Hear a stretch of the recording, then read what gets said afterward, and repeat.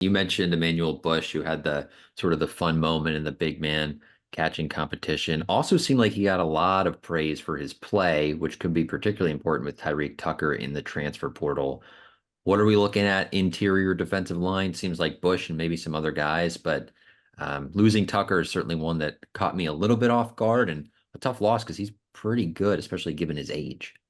Yeah, Tucker's a big loss, especially if you could have kept him for a year or two. Hmm. That's an all-Sun Bill caliber type of guy. He learned behind James Carpenter, and you could see it even as a redshirt freshman. He was plugging A gaps, even had some nasty pass rush moves. He was really good on the inside. So sad to see him go. Best of luck wherever he transfers to, except for Liberty. But other than that offer, I'll be okay. Uh, in all seriousness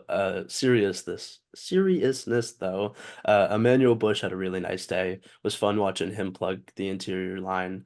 And I think also a name to watch out for, Michael McMullen. He had a Hmm. sack in the first offensive series against the starting O-line, one of the few that they let up on the day, and he looked pretty good throughout the entirety of the afternoon. He, alongside with a mentioned name on the podcast, Daryl Deneau, I believe is Hmm. how you pronounce it. Yeah, I think Uh, we slowly got there last time. we slowly got there. He made some impressive plays. Excited to see how some other guys like DJ Cotton, I believe Zay Roberts is an interior guy as well. He played pretty well. So there's some names to monitor there. Definitely not the strongest unit on the team. I think I can Hmm. say that comfortably. Wouldn't be surprised though if Bush had a pretty good year. He looked really trim in comparison to when he came over from Marshall, which is a theme I've seen from a lot of the guys. Hmm. They're getting in really good shape. Apparently, Novak has put them through their paces this winter, which is really nice to hear. Yeah, there's bunches of guys that either had trimmed down some unnecessary body fat or have put on like lean muscle that have been really impressive.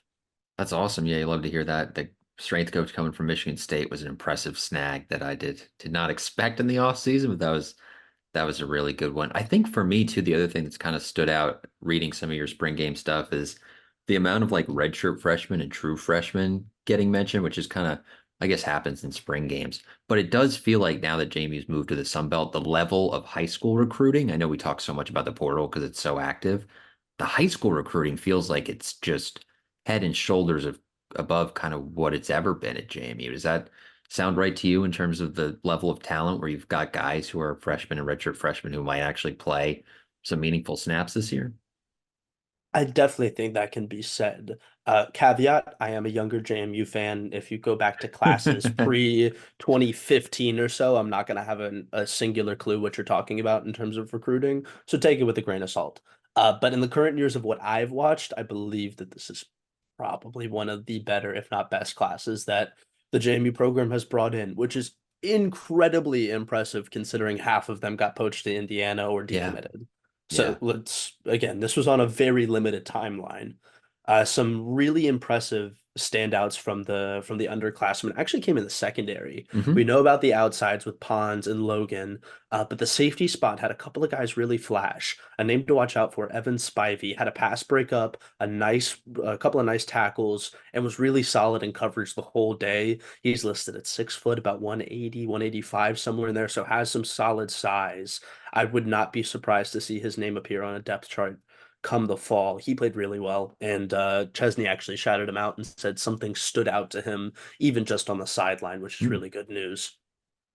Some more names in that secondary. True freshmen, Chase Regan and KJ Flowe. Chase got raving reviews from Bob Chesney saying that, hey, he was quarterbacking that defense out there. Hmm. Like he's making some calls as to what run gaps to fill and came down on a couple of run plays and stopped guys on the outside and was the first line of defense. He wasn't always finishing the tackles, but he was certainly putting a man to body. He was getting around the quads, getting around the legs, trying to wrap guys up. So that was always good to see. His speed has been highly touted. Our Duke's recruits Ben Hofer has been raving about Chase for months, and I absolutely see why. He has a great build, and is going to make some plays. I think this coming fall. He's the one guy in the secondary I could see truly having a breakout summer camp because we also have to remember he played receiver this past Yeah. year and was a really nice two-way piece up in Pennsylvania. So now he gets to focus just on the defensive side of the ball, Hmm.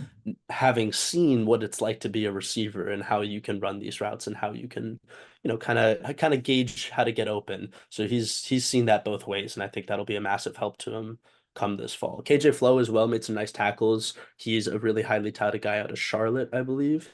And Yeah. the two of them were playing a lot of what looked like second, borderline third string minutes, which considering they've just gotten here only a couple months ago is really impressive. Yeah, especially add in right a little more off-season workouts, things like that. That'll be fascinating. So that's the position I'm still a little bit terrified of. I know we've got the young freshman talent. Do you think they do anything in the portal at safety to add some more veterans? It kind of seems like Jacob Thomas is like locked in as a starter. Is that accurate? Yeah, he seemed to have had a really good offseason. He's been dialed into film from what I've understood.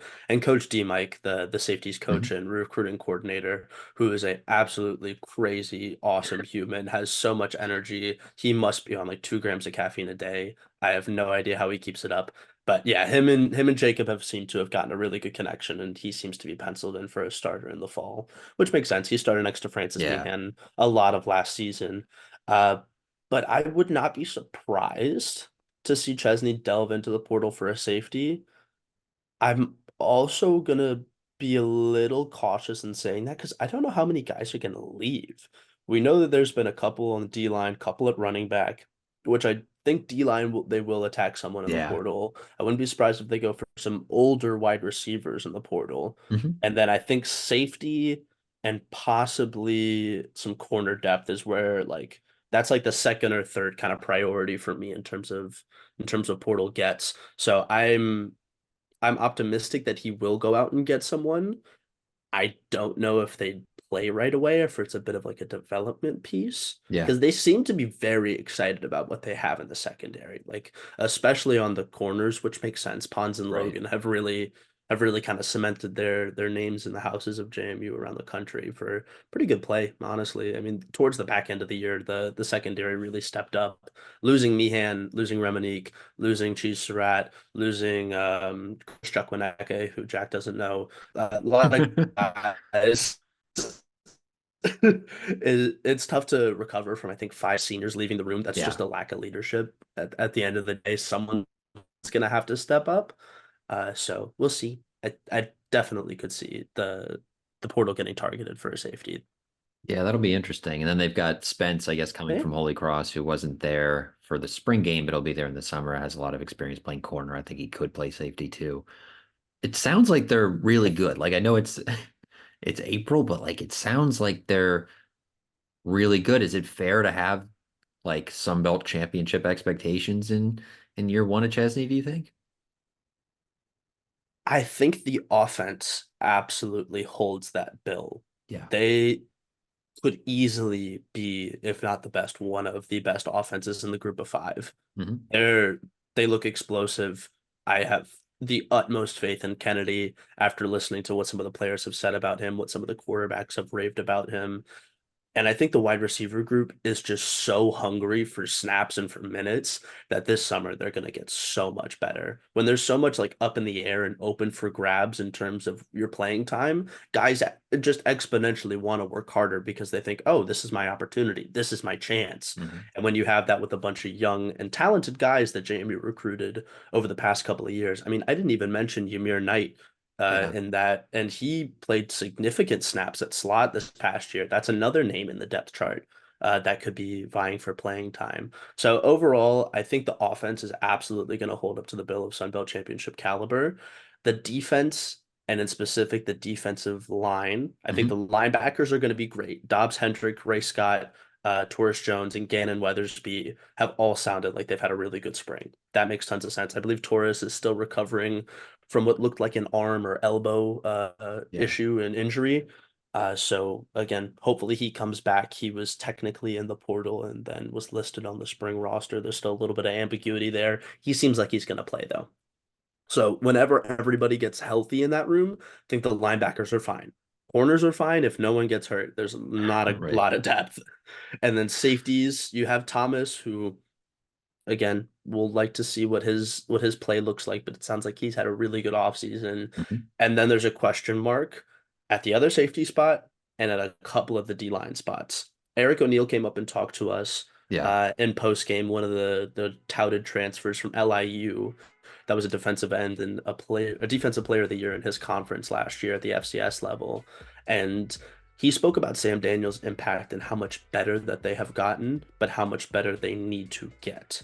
So, and very much sounds like they're kind of aware that they want to hold the standard of the crazy defensive lines that JMU Yeah. has had the past couple of years. We have been blessed with just talent after talent after talent.